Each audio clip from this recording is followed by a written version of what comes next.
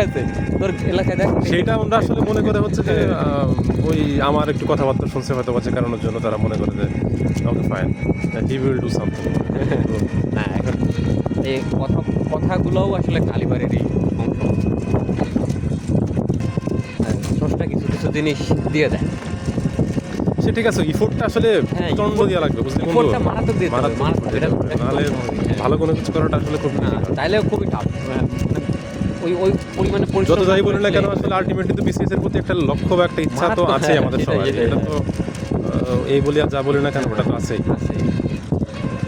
দেখা যাক এখন কি হয় আসলে।